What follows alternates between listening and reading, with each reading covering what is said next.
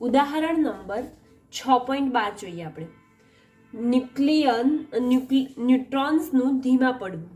Nuclear રિએક્ટરમાં એક ઝડપી neutron આશરે 10⁷ મીટર પર સેકન્ડ ને 10⁻³ મીટર પર સેકન્ડ જેટલો ધીમો પડે છે. કેટલાથી કેટલો ધીમો પડે છે? 10⁷ હોય તો ક્યાં આવે છે? 10⁻³ જેટલો ધીમો પડે છે. તો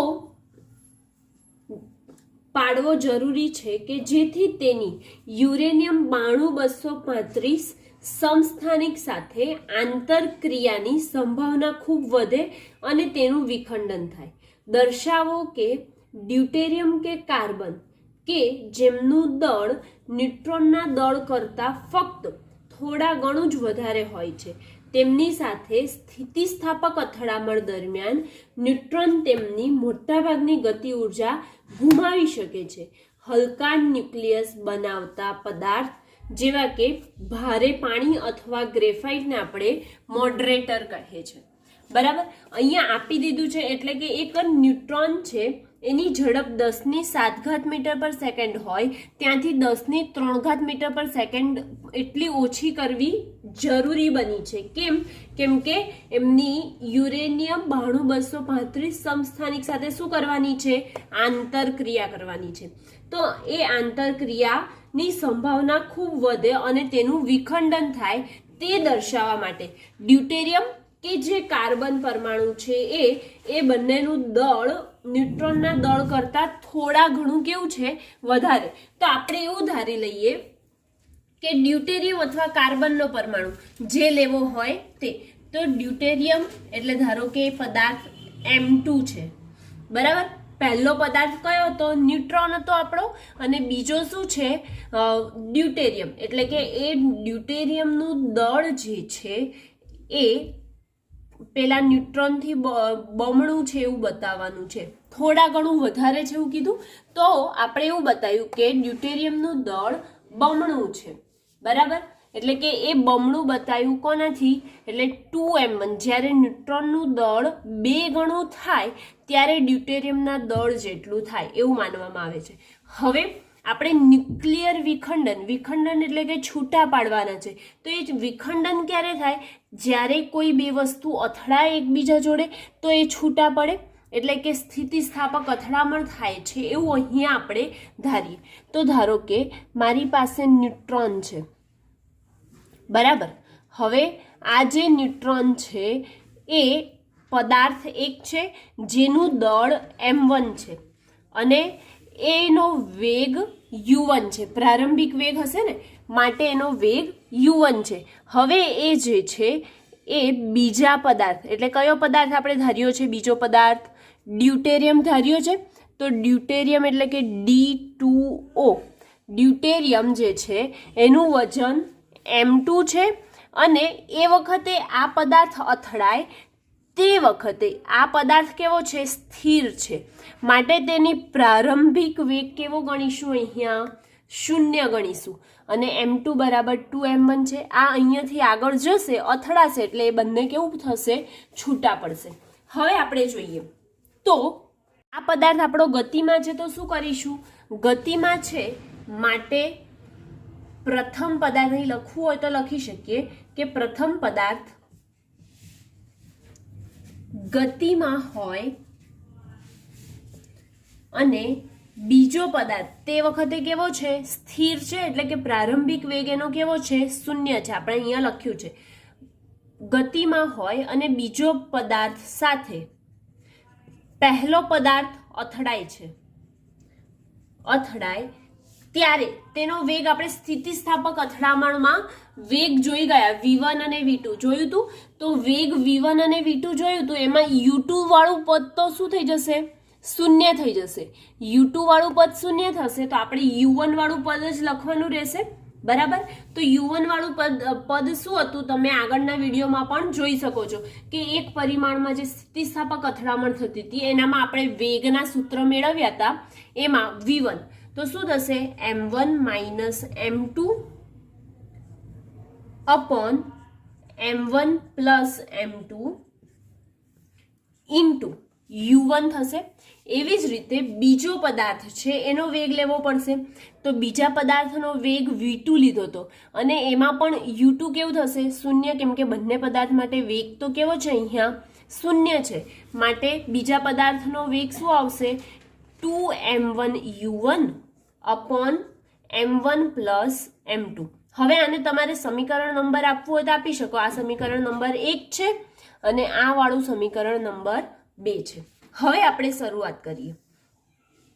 તો સૌથી પહેલા જે પદાર્થ m1 છે, ધેટ મીન્સ ન્યુટ્રોન જે છે, એની પ્રારંભિક ગતિ ઉર્જા શું થાય? ગતિ ઉર્જાનું સૂત્ર આપણે જાણીએ. શું થાય? 1/2 mv² થાય. તો હવે m1 ની પ્રારંભિક ગતિ ઉર્જા એટલે કે જે મેઇન ગતિ ઉર્જા છે એ આની છે. તો એની ગતિ ઉર્જા શું થાય? પ્રારંભિક ગતિ ઉર્જા કોની? m1 ની. તો m1 એટલે k1 લખ્યું અને પ્રારંભિક માટે મેં i થી દર્શાવ્યું, ઇનિશિયલ. બરાબર. તો k1 i બરાબર k બરાબર શું તો લખતા હતા? 1/2 mv². 1/2 અહીંયા કોની? પ્રારંભિક m1 આવશે, m ની જગ્યાએ m1. અને પ્રારંભિક ગતિ ઉર્જા, તો એનો પ્રારંભિક વેગ કેટલો છે? u1 જેટલો અહીંયા ધાર્યો છે. માટે અહીંયા શું લખીશું? u1². બરાબર. હવે આને હું સમીકરણ નંબર 3 આપી દઉં. આ 1, 2 અને આ 3. હવે ફરીથી આગળ જોઈએ. તો m1 ની અંતિમ ગતિ ઉર્જા પણ આવશે. m1 ની અંતિમ ગતિ ઉર્જા એટલે કેવી રીતે અંતિમ ગતિ ઉર્જા? જ્યારે અથડાય પછી એની જે ગતિ ઉર્જા છે તે. તો અંતિમ ગતિ ઉર્જા એટલે કે k1 ફાઇનલ માટે f લખીએ. k1 f બરાબર 1/2. m1 પદાર્થ તો એનો એ જ છે, એટલે કે ગતિ કરે તો કઈ એનું વજન ઓછું નથી થઈ જતું. માટે m1 તો m1 જ. અને અંતિમ ગતિ ઉર્જા છેલ્લે પહોંચે ત્યારે એનો વેગ કેટલો ધારીએ છે? v1. માટે આપણે અહીંયા શું લખીશું? v1 નો વર્ગ. હવે v1 ની કિંમત આપણે સમીકરણ 1 માંથી મૂકી શકીએ કે ના મૂકી શકીએ? હા, મૂકી શકીએ. તો મૂકીએ આપણે કિંમત 1/2 m1 v1² ની કિંમત મૂકીએ તો શું થઈ જશે? m1 માઇનસ m2 છેદમાં શું છે? m1 plus m2. આ આખાનો શું થશે? વર્ગ. અને એની પાસે u1 છે તો u1 નો પણ વર્ગ. બરાબર. હવે આ જે કિંમત મૂકી, હવે હું આને સમીકરણ નંબર 4 આપી દઉં છું. બરાબર. હવે બીજો પદાર્થ છે એની પ્રારંભિક ગતિ ઉર્જા કેવી છે?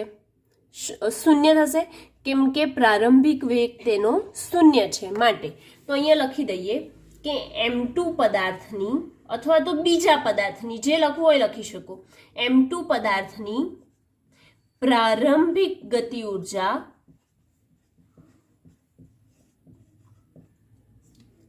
k2i બરાબર 0 થશે.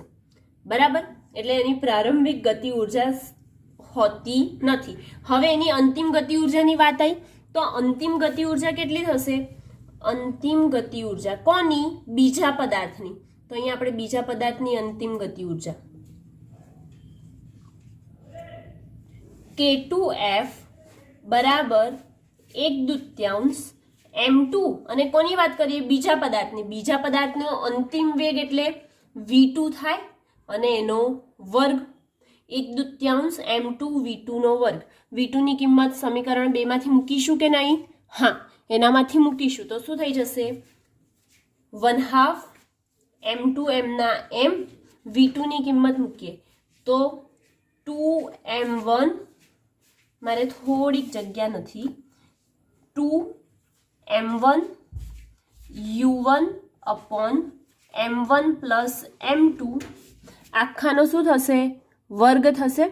તો આપણે વર્ગ કરીએ. આખાનો વર્ગ. બરાબર.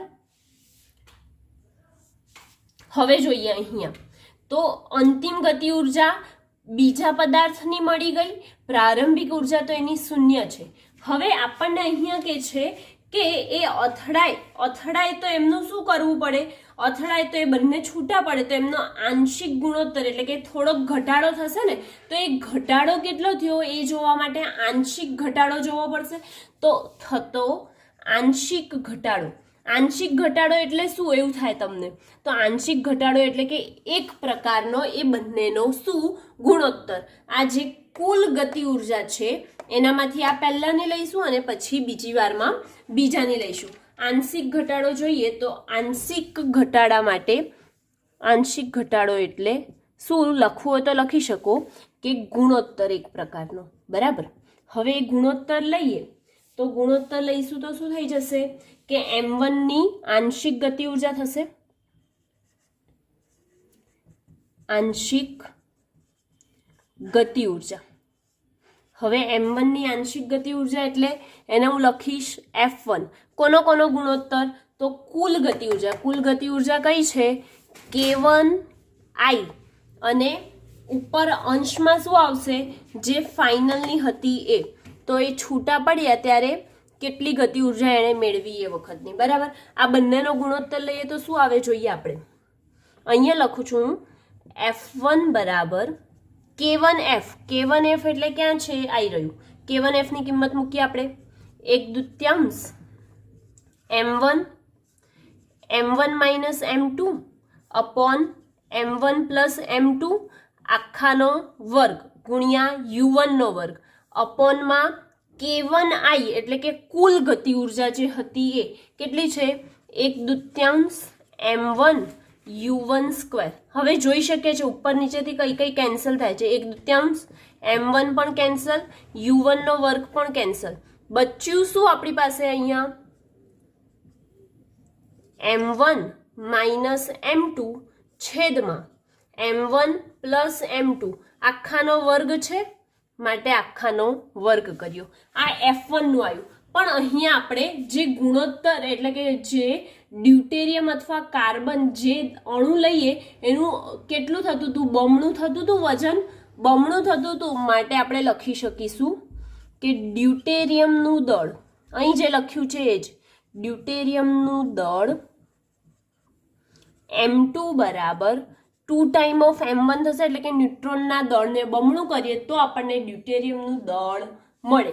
તો હવે આપણે m2 ની જગ્યાએ આ f1 વાળું જે સમીકરણ આવ્યું ને, f1 બરાબર શું આવ્યું, m1 minus m2 upon m1 plus m2 આખાનો વર્ગ.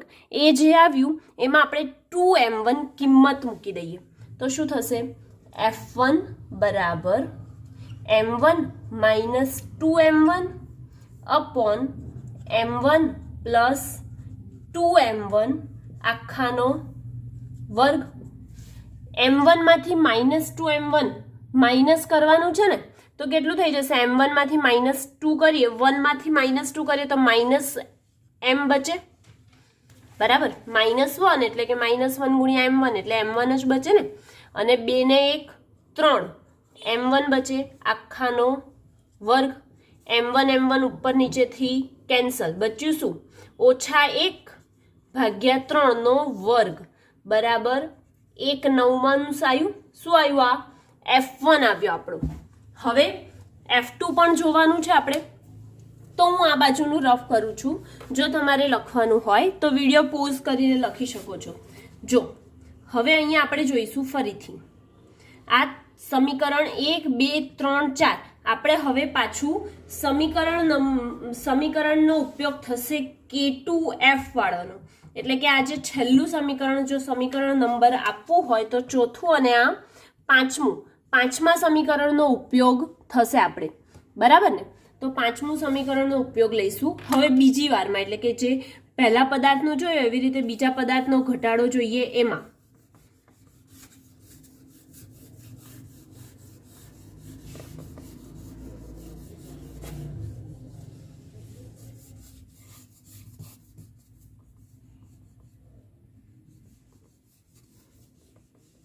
હવે પહેલા અહીંયા જોઈ લઈએ કે જે f1 આવ્યું એ કેટલું આવ્યું, f1 બરાબર 1/9 આવ્યું.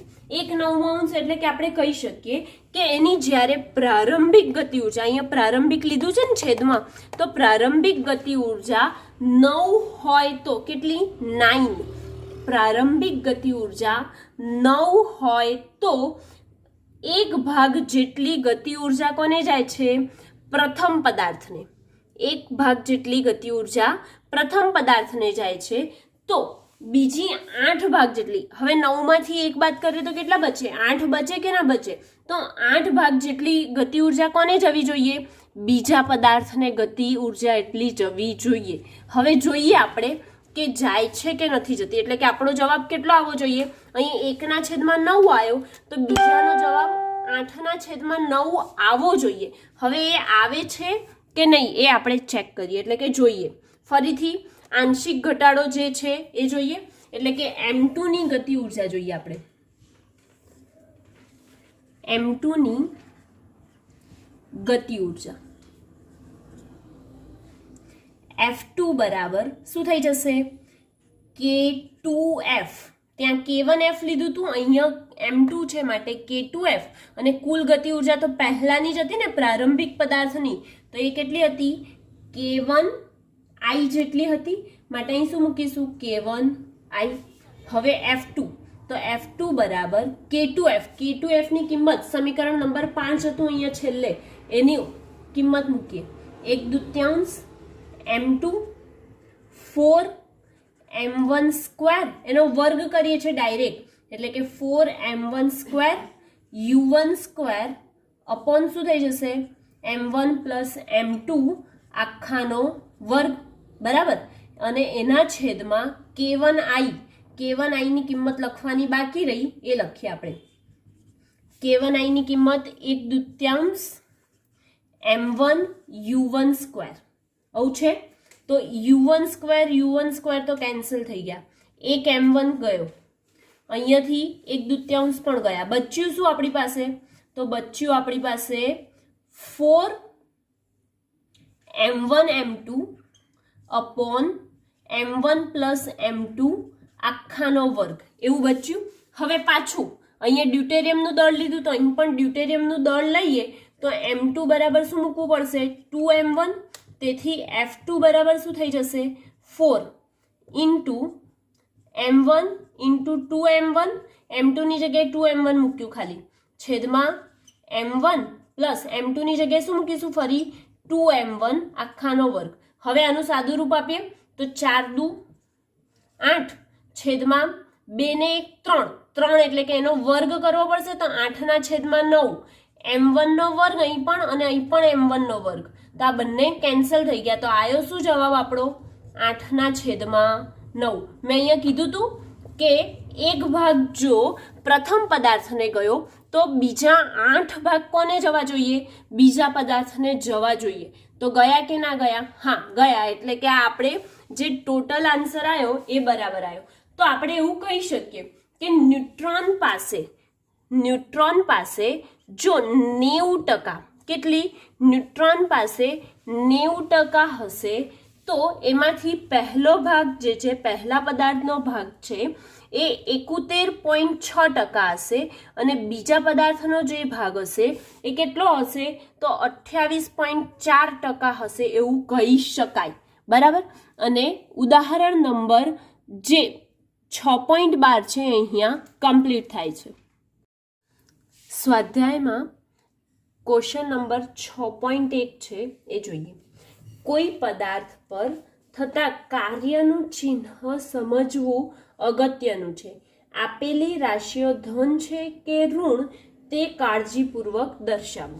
એમાં સૌથી પહેલો પ્રશ્ન શું આપ્યો છે કે દોરડા સાથે બાંધેલી ડોલ કૂવામાંથી બહાર કાઢતા માણસ વડે થયેલું કાર્ય. હવે દોરડા જોડે એક ડોલ બાંધેલી છે, એને કૂવામાંથી આપણે શું કરવાની છે? બહાર કાઢવાની છે. એનો મતલબ શું થયો કે ખેંચવાની છે. તો જ્યાં બાજુ આપણે ખેંચીએ છીએ, એટલે કે જ્યાં બાજુ બળ લગાડીએ છીએ એ ક્યાં છે? ઉપર તરફની દિશા છે, એટલે કે ઉર્ધ્વ દિશા છે.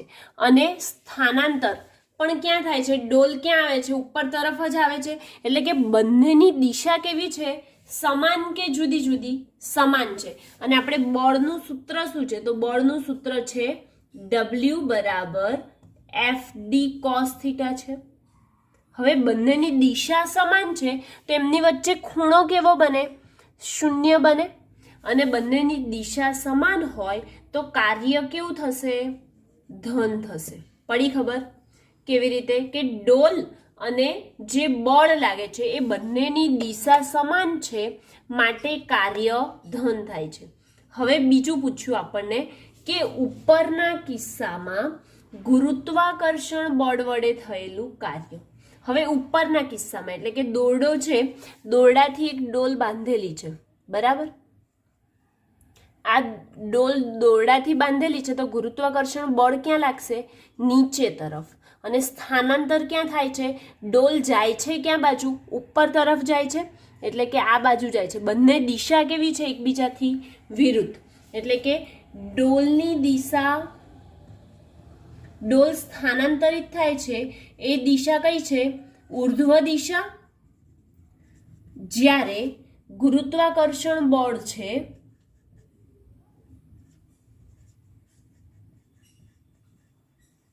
એ દિશા ક્યાં છે? અધો દિશામાં, નીચે તરફ લાગે છે mg જેટલું બળ. તો આપણે શું લખીએ? અધો દિશા. બંને દિશા એકબીજાથી કેવી છે? વિરુદ્ધ છે. દિશા વિરુદ્ધ હોય તો ખૂણો કેવો બનાવે છે? એકબીજાથી વિરુદ્ધ, એટલે કે 180 નો બનાવે. કોસ 180 કેટલું થાય? માઇનસ થાય, બરાબર ને? -1 થાય. તેથી W બરાબર કેવું આવશે? -FD આવશે. W બરાબર -FD એટલે કે આપણે શું કહી શકીએ કે કાર્ય જે થાય છે એ ઋણ થાય છે. પડી ખબર? અહીંયા કેવું થતું હતું? ધન થતું હતું, આમાં ઋણ થાય છે. હવે ત્રીજું પૂછ્યું, ઢળતા સમતલ પર લપસતા પદાર્થ પર ઘર્ષણ વડે થયેલું કાર્ય. ઢળતો સમતલ છે, એના ઉપર પદાર્થ કોઈ લપસે છે. હવે આ ઢાળવાળો સમતલ એ રસ્તો છે, એના ઉપર કોઈ પદાર્થ લપસે છે, બરાબર? તો હવે એનામાં સ્થાનાંતર ક્યાં બાજુ થશે? આ બાજુ થશે. અને ઘર્ષણ બળ એને રોકવા માટે ક્યાં બાજુ લાગશે? આ બાજુ લાગશે, અંદર જતી દિશામાં. એટલે કે આ દિશા કેવી થઈ ગઈ? એકબીજાથી વિરુદ્ધ. એટલે કે ખૂણો કેટલાનો બનાવશે? 180 નો. જો ખૂણો 180 બનાવતો હોય અને સ્થાનાંતરની અને ઘર્ષણ બળની બંને દિશા એકબીજાથી કેવી છે? વિરુદ્ધ છે. દિશા વિરુદ્ધ છે માટે શું આવશે? W બરાબર -FD. -FD ધેટ મીન્સ કાર્ય કેવું થાય છે? ઋણ થાય છે, બરાબર? હવે ચોથું પૂછ્યું છે, ખરબચડા સમક્ષિતિજ સમતલ પર સમાન વેગથી ગતિ કરતા પદાર્થ પર લગાડેલ બળ વડે થતું કાર્ય. હવે ખરબચડો રસ્તો છે, તો ખરબચડો રસ્તો છે તો એનામાં સમતલ સમાન છે, તો એ જે દિશામાં સ્થાનાંતર થાય છે એ જ દિશામાં એ ઘર્ષણ બળ વડે શું કરવું પડે છે? કાર્ય કરવું પડે છે. એટલે કે સ્થાનાંતરની દિશા અને જે બળ લાગે છે એ દિશા, બંને દિશા સમાન છે માટે કરવું પડતું કાર્ય કેવું આવે છે?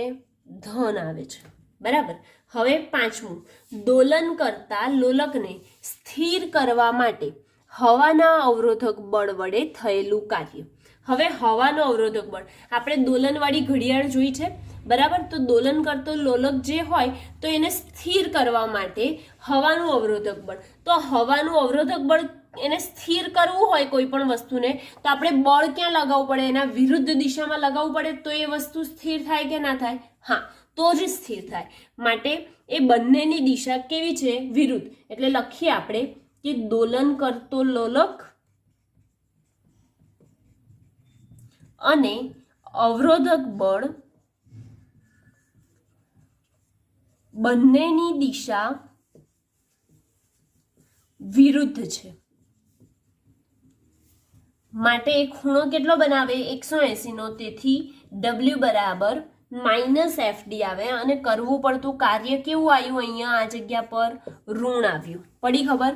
ઓકે, આમાં 5 5 આપણે કાર્યની ચિહ્ન કેવા આવે, ધન આવે કે ઋણ, એ આપણે અહીંયા બતાવ્યું. અને એ સાથે જે ક્વેશ્ચન 6.1 છે એ અહીંયા કમ્પ્લીટ થાય છે.